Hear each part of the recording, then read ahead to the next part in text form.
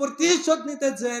আপনার দেহকে সৌন্দর্য রাখার জন্য কত ডাক্তারের কাছে যাচ্ছেন, কত আপনার কবিরাজের কাছে যাচ্ছেন, হাত একটু ব্যথা করে, পা ব্যথা করে, কত ওষুধ খাচ্ছেন।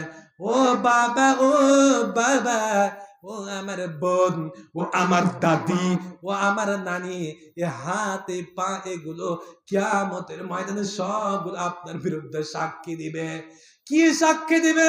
ও আমার বোন, ও আমার বোন, আপনার স্বামী যখন বাইরে চলে যায়, দেশের বাইরে যখন চলে যায়, আপনার আপনি যেন বলা হয়, আপনার স্বামী যখন আপনার ব্যবসা বাণিজ্যে কাজে ক্ষেত্রে বের হয়ে যায়, তারপরে পরকিয়া, ফোনে পরকিয়া আছে না নাই?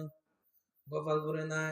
কয়েকদিন আগে আমাদের এলাকার কথা বলে, এক মিমবান্নির কথা আমি বলতেছি, আমাদের সম্পর্কে কি যেন লাগে।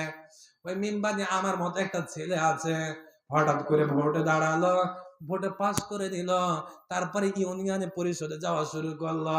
আপনার মিমবান্নি হয়ে যাওয়ার 15 দিন মাথায় আর এক মিম্বারের সাথে হাত ধরে পালিয়ে গেল। জোরে বলেন সুবহানাল্লাহ, জোরে বলেন নাউজুবিল্লাহ। এই যে পরকিয়া করতেছেন,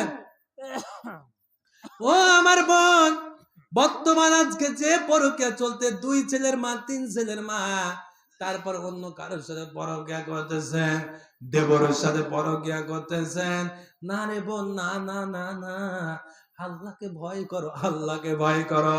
তোমার স্বামী যদিও না জানে, তোমার শ্বশুর শাশুড়ি যদিও না জানে, তোমার মা বাবা যদিও না জানে, দেখতেছেন জানেন কে?